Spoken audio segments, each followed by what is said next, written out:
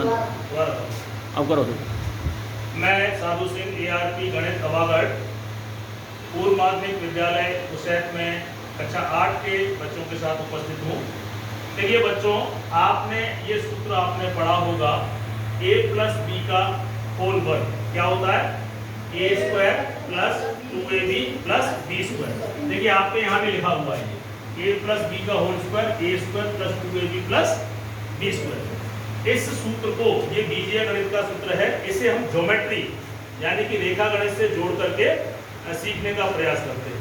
अगर मैं a की जगह 3 ले लूँ, a की जगह क्या ले रहा हूँ 3, b की जगह 5, तो इस सूत्र के अनुसार a का वर्ग, a की जगह क्या ले रहे हैं 3 का वर्ग, फिर क्या है यहाँ पर 2 का 2 ऐसे रख दिया, और इस a की जगह क्या रख दिया 3, क्योंकि a की जगह हम क्या रख रहे हैं 3, और b की जगह क्या रख रहे हैं हम 5, और इस b की जगह 5। इस तरीके से इस सूत्र को हमने 3 प्लस 5 के रूप में इसको बना लिया। अब देखिए 3 प्लस 5 कितना होता है, 3 और 5 कितना होता है 8, और ये 8 का वर्ग हो गया, ऊपर वर्ग है ना, 3 प्लस 5 यानी कि 8, 8 का वर्ग।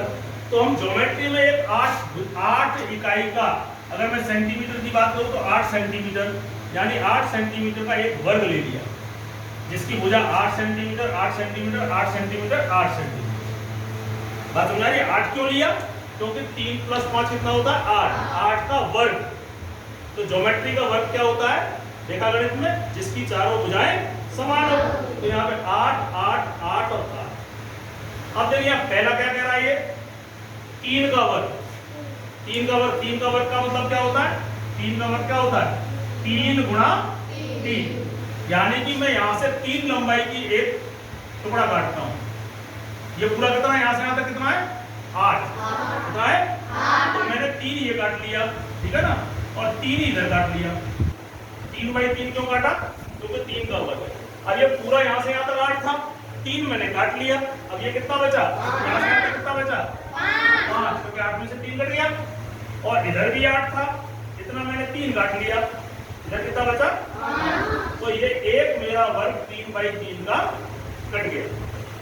अब क्या बचा, देखिए 2, इस 2 का मतलब है 2, ये आयत है 3 गुणा 5 के, 3 गुणा 5 के आयत, आयत समझते हो, आयत क्या, वो भी 4 भुजा वाली एक आकृति है, लेकिन जिसकी आमने सामने की भुजाएं समान होगी। तो ऐसे 2 आयत 3/5 के, तो देखिए इधर 5 तो ये है, और इधर मैं 3 ले लेता हूं, ये क्या हो गया आपका 5, और ये कितना 3, 5/3, या 3/5 का एक आयत तो हो गया। लेकिन ऐसे आयत कितने लेने हैं आपको, 2 लेने, तो एक और चाहिए 3 अब देखो ये 8 था, इधर कितना था 8, और ये इसमें से हमने 3 ले लिया, तो ये कितना बचा 5, तो 5/3, ये 5 है यहाँ, और यहाँ से हमने 3 लिया, कितना लिया 3, ये जब 3 लिया तो ये कितना बचा 5/3, यानी 5/3 5/3 के 2 आयत, 5/3 ले लो या 3/5, तो ये 2 का मतलब है 3/5 के 2 आयत हो गए। अब देखिए यहाँ कितना बचे, ये 3 ले लिया, तो ये पूरा 8 था ना, तो ये कितना बचा 5 बचा, और ये यहाँ पे ये पूरा 8 था, तो उसमें से इतना हमने 3 ले लिया, ये इतना 3, तो ये कितना बचा, ये भी 5 बचा, तो ये आयत कितना बचा 5/5। कितने लोगों को समझ में आया? इस सूत्र को फिर से समझे, 3/3 का एक वर्ग और 3/5 या 5/3 के कितने आया 2, 5/3 5/3 के, और जो अंतिम बनेगा 5 का वर्ग, यानी कि 5 और 5 का एक वर्ग। इस सूत्र को इस ज्योमेट्री के हिसाब से इस तरीके से समझा जा सकता है। कितने लोगों को समझ में आया?